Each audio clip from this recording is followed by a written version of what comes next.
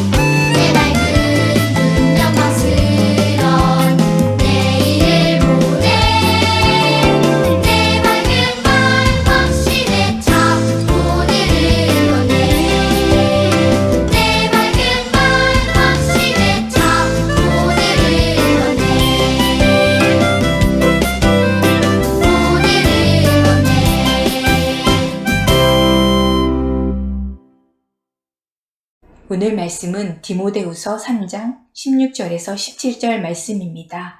함께 읽겠습니다. 모든 성경은 하나님의 감동으로 된 것으로 교훈과 책망과 바르게 함과 의로 교육하기에 유익하니 이는 하나님의 사람으로 온전하게 하며 모든 선한 일을 행할 능력을 갖추게 하려 함이라. 아멘. 베냐인부 요셉부 영상예배 함께하는 모든 친구들 반가워요. 지난 한 주간도 잘 지냈나요? 오늘은 어떤 말씀일까요? 오늘의 말씀 제목은 성경은 하나님의 말씀이에요 입니다. 하나님 말씀을 기대하며 잘 들어볼까요? 여러분, 사진에 보이는 물건은 무엇일까요? 힌트를 줄게요. 1590년경 네덜란드에서 안경점을 운영하던 얀센 부자, 아빠 아들이 발명했어요. 이 물건이 발명됨으로 생물 과학이 크게 발전할 수 있게 됐어요. 미생물, 세포, 바이러스와 관련이 있어요. 정답은 바로 현미경이에요. 그런데 우리가 흔히 알고 있는 현미경의 모습과는 많이 다르죠. 세계 최초로 발명된 현미경이기 때문이에요. 세 개의 관을 연결하고 양 끝에 2개의 렌즈를 끼워 만든 이 현미경을 통해 물건을 10배 정도 확대해서 볼 수 있어요. 실제로 벼룩 같은 작은 동물의 구조를 관찰하는 일에 사용됐다고 해요. 이후 성능이 뛰어난 현미경들이 계속 만들어지면서 이제는 현미경으로 세균보다 훨씬 더 작은 바이러스도 볼 수 있게 됐어요.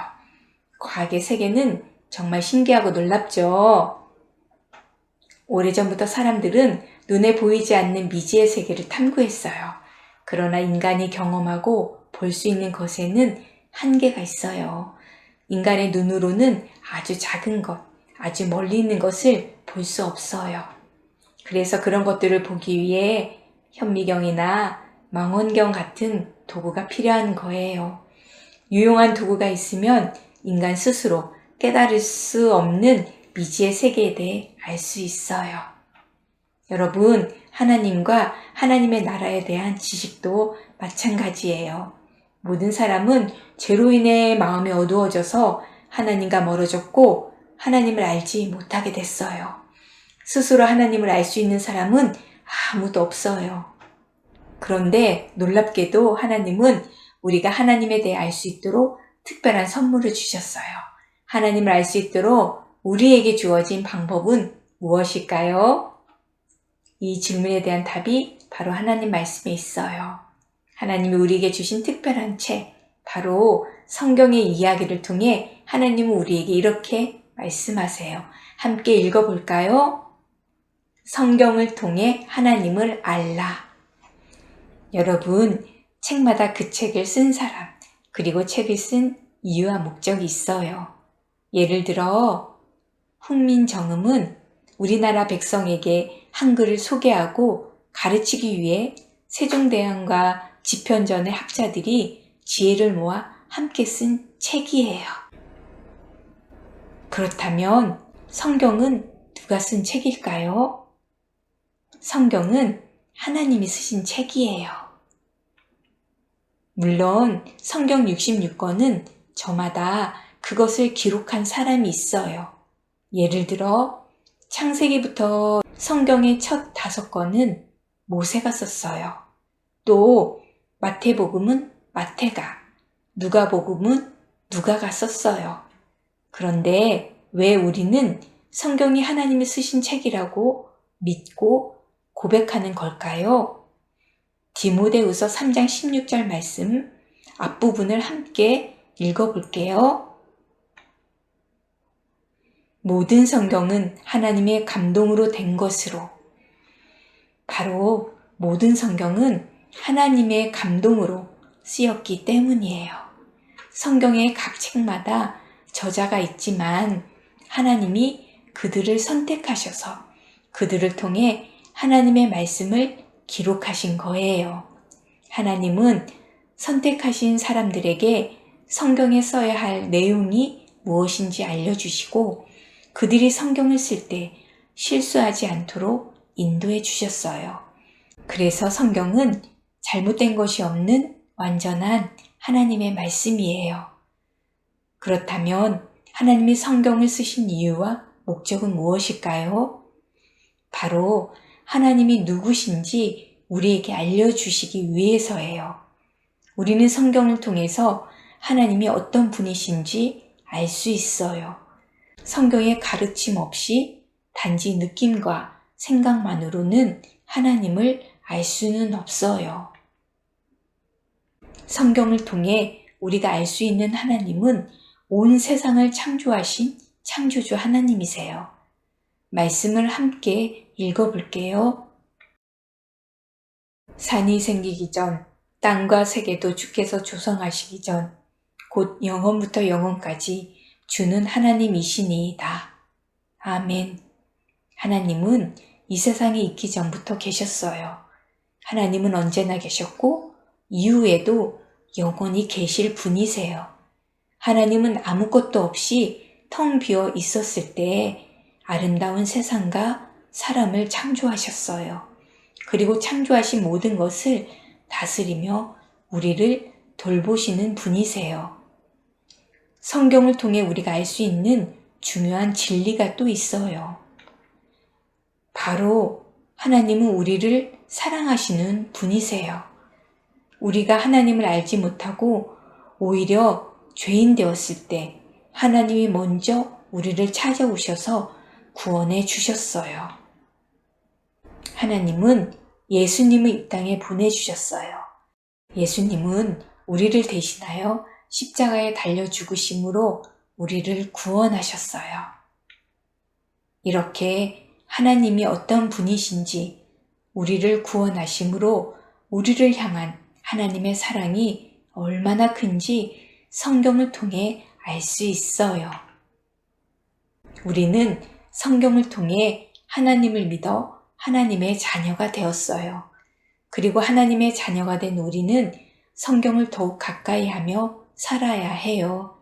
왜냐하면 성경에는 하나님의 자녀가 바르게 살아가는 방법, 하나님의 자녀답게 살아가는 방법이 기록되어 있기 때문이에요. 말씀을 함께 읽어볼게요. 모든 성경은 하나님의 감동으로 된 것으로 교훈과 책망과 바르게 함과 의로 교육하기에 유익하니 이는 하나님의 사람으로 온전하게 하며 모든 선한 일을 행할 능력을 갖추게 하려 함이라. 아멘. 성경은 하나님의 감동으로 쓰였어요. 성경을 보면 바른 길이 무엇인지 알 수 있어요. 우리가 잘못된 길을 갈 때 성경을 통해 다시 깨닫고 돌이켜 바른 길을 갈 수 있어요. 또한 하나님의 사람으로 온전하게 살아가며 하나님의 선하고 아름다운 뜻을 이루며 살아갈 힘을 얻을 수 있어요. 그래서 성경은 누군가에겐 바른 길을 안내하는 내비게이션이고 누군가에겐 어두운 바다를 밝게 비추는 등불이에요. 성경은 하나님이 우리에게 주신 가장 특별한 책이라는 진리를 기억하길 원해요. 오직 성경을 통해서만 하나님을 바르게 알고 믿을 수 있어요. 성경은 늘 가까이 하며 하나님을 만나고 배우며 경험하는 우리 모두가 되길 축복해요. 이 진리를 마음에 새기며 함께 외쳐볼까요? 성경을 통해 하나님을 알라. 말씀을 기억하며 다 같이 기도하겠습니다. 하나님 아버지 감사합니다. 세상에서 가장 특별한 책, 성경이 하나님의 말씀임을 믿습니다. 하나님의 말씀인 성경을 잘 배우고 익혀 하나님을 더욱 잘 알고 말씀대로 살아가는 하나님의 자녀가 되게 해주세요. 260일 공동체 성경 읽기를 진행하고 있습니다. 날마다 말씀 읽기를 포기하지 않고 완독할 때까지 최선을 다하며 열심히 읽을 수 있도록 도와주세요. 말씀이 마음에 새겨지고 깨닫게 되는 은혜가 있게 해주세요. 베냐민부 요셉부 모두 건강하고 안전하게 지켜주세요. 코로나19가 잠잠해지고 속히 종식되게 해주세요. 예수님의 이름으로 기도합니다. 아멘. 다 같이 주기도문 하겠습니다. 하늘에 계신 우리 아버지, 아버지의 이름을 거룩하게 하시며 아버지의 나라가 오게 하시며 아버지의 뜻이 하늘에서와 같이 땅에서도 이루어지게 하소서. 오늘 우리에게 일용할 양식을 주시고 우리가 우리에게 잘못한 사람을 용서하여 준 것 같이 우리 죄를 용서하여 주시고 우리를 시험에 빠지지 않게 하시고 악에서 구하소서. 나라와 권능과 영광이 영원히 아버지의 것입니다. 아멘. 베냐민부 요셉부 강구입니다. 베냐민부 요셉부 영상예배에 함께하는 우리 친구들을 사랑하고 축복합니다. 주일 오전 9시 교육관 3층 예배실에서 베냐민부 요세프 예배를 드립니다. 7월 달에는 2층이 아니라 교육관 3층에서 예배를 드립니다. 스티커가 붙여진 자리에 앉아주시면 되겠습니다. 교회 오지 못하는 친구들은 가정에서 영상 예배로 드립니다. 주일은 하나님께 꼭 예배 드리며 영광 돌리길 바랍니다. 오늘은 맥주 감사 주일입니다. 반년 동안 우리를 지켜주시고 인도해 주신 하나님께 감사드립니다. 다음 주 7월 11일 예배위원입니다.